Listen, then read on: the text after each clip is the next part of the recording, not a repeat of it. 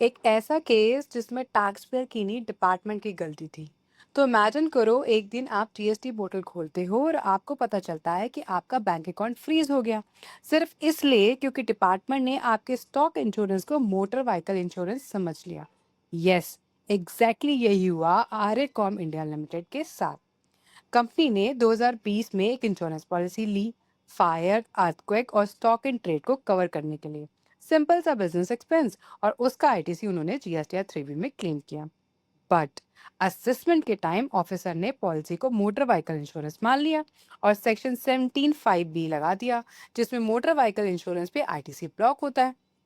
Company बार बार बोलती रही ये मोटर व्हीकल पॉलिसी नहीं है, ये तो स्टॉक का प्रीमाइसेस का इंश्योरेंस है। पॉलिसी भी अटैच्ड की, लेकिन फिर भी ऑफिसर ने डिमांड निकाल दी और आरटीसी को डिसअलाउ कर दिया। और उससे भी बढ़कर बैंक को लेटर भेज दिया, कंपनी का सीसी अकाउंट अटैच कर दिया। अब मैटर पहुंचा हाई कोर्ट में। हाई कोर्ट ने पॉलिसी खोलकर देखी और देखा कि डिस्क्रिप्शन में क्लियरली लिखा है electronic goods manufacturing oblique assembly stock and premises. कहीं भी मोटर व्हीकल का नाम तक नहीं था। कोर्ट ने कहा सेक्शन 75 सिर्फ मोटर व्हीकल इंश्योरेंस पे अप्लाई होता है। यहाँ पॉलिसी मोटर व्हीकल की नहीं है, स्टॉक का प्रीमाइसेस की है। डिपार्टमेंट ने गलत फैक्ट्स एज्यूम किए।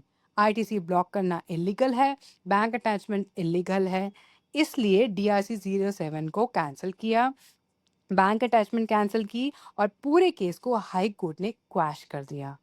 तो कभी कभी ऐसे केसेस भी आते हैं। तो ऐसे इंटरेस्टिंग केसेस को जानने के लिए do subscribe GST queen. So मैं हूं आपकी GST queen, simplifying tax in style. Do subscribe to stay updated. Thank you, bye bye.